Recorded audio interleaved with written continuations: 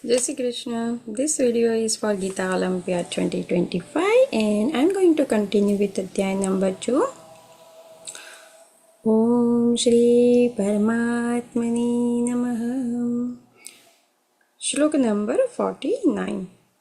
Dure Yavaram Karma Buddhiyogat Dhananjaya બુદ્ધો શરણમં વચ્ચે કૃપણા ફલહેતવઃ.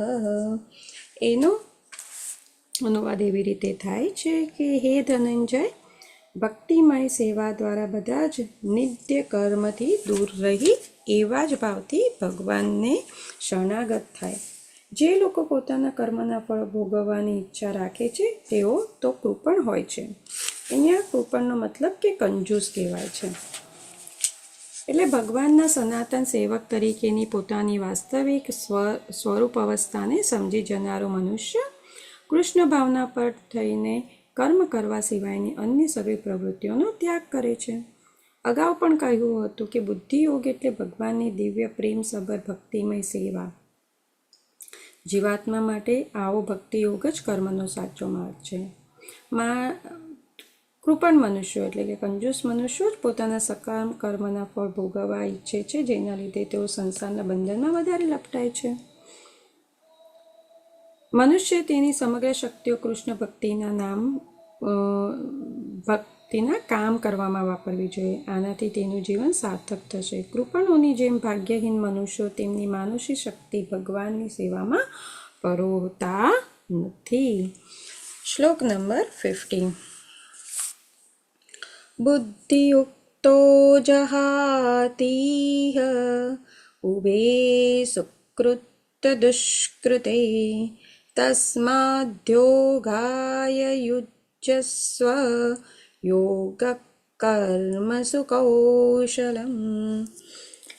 એનો ભાવાર્થ એવી રીતે છે કે ભક્તિમય સેવામાં પરોવાયેલો મનુષ્ય આ જીવનમાં સારા કે નરસા કાર્યોથી પોતાને મુક્ત કરી શકે છે. માટે યોગ અર્થે પ્રયાસ કર, કારણ કે યોગ જ કર્મનું કૌશલ્ય છે.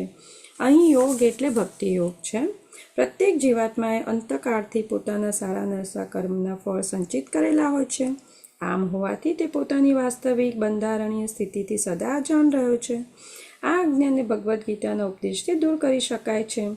જે મનુષ્યને સર્વથા શ્રી કૃષ્ણનો આશ્રય લેવાનો તથા પુનઃ જન્મ મરણથી તથા કર્મફળની શૃંખલાનો ભોગ બનવાથી મુક્ત થવાનો ઉપદેશ આપે છે. તેથી જ અર્જુનને કૃષ્ણ ભાવનાયુક્ત થઈને કર્મ કરવાનું કહેવામાં આવ્યું છે, કારણ કે કર્મફળથી શુદ્ધ થવાની એ જ પ્રક્રિયા છે. શ્લોક નંબર 51. કર્મજં બુદ્ધિયુક્તા હિ ફલં ત્યક્ત્વા મનીષિણઃ જન્મબંધવિનિર્મુક્તાઃ પદં ગચ્છન્ત્યનામયમ. એનો અનુવાદ એવી રીતે છે કે ભક્તિમય સેવામાં પુરોવાયેલા મહાન ભક્તો ભગવાનનું શરણ ગ્રહણ કરે છે અને આ ભૌતિક જગતના કર્મના ફળોનો ત્યાગ કરીને પોતાની જાતને જન્મ મરણના ચક્રમાંથી મુક્ત કરે છે. આ રીતે તેઓ ભગવાનના ધામમાં પાછા જઈને સર્વ દુઃખોથી પર એવું એ પદ પામે છે. મુક્ત જીવાત્માઓ જ્યાં ભૌતિક દુઃખોનો અભાવ હોય છે તે સ્થાન સાથે સંકળાયેલા હોય છે. અજ્ઞાનવશ મનુષ્ય જાણતો નથી કે આ ભૌતિક જગત એવું દુઃખમય સ્થાન છે કે જ્યાં દરેક પગલે સંકટ હોય છે. કેવળ અજ્ઞાનવશ અલ્પજ્ઞાની મનુષ્યો સકામ કર્મના ફળ તેમને સુખી કરશે એમ વિચારીને કર્મ કરતા રહી પરિસ્થિતિને સહન કરતા રહે છે. તેઓ જાણતા નથી કે બ્રહ્માંડમાં કોઈ પણ સ્થળે એવા પ્રકારનું કોઈ પણ શરીર નથી કે જે દુઃખ રહી જીવન આપી શકે. આ ભૌતિક જગતમાં જન્મ, મૃત્યુ, જરા તથા વ્યાધિ નામના દુઃખો સર્વત્ર વિદ્યમાન છે. પરંતુ જે મનુષ્ય ભગવાનના સનાતન સેવક તરીકેની પોતાની સાચી સ્વરૂપાવસ્થાને જાણી લે છે અને એ રીતે પુરુષોત્તમ પરમેશ્વરની સ્થિતિ સમજી લે છે, તે ભગવાનની દિવ્ય પ્રેમમય ભક્તિમાં પરોવાઈ જાય છે. પરિણામે તે વૈકુંઠ ગ્રહોમાં જવાની યોગ્યતા પ્રાપ્ત કરે છે, જ્યાં ભૌતિક સુખ દુઃખમય જીવન નથી અને કાળ તથા મૃત્યુનો ભય પણ નથી. પોતાની સ્વરૂપાવસ્થા જાણવી એટલે ભગવાનની અલૌકિક સ્થિતિને પણ જાણી લેવી. જે માણસ બ્રહ્મવશ એમ માને છે કે જીવાત્માની તથા ભગવાનની સ્થિતિ એક સમાન છે, તે અંધકારમાં છે એમ જાણવું.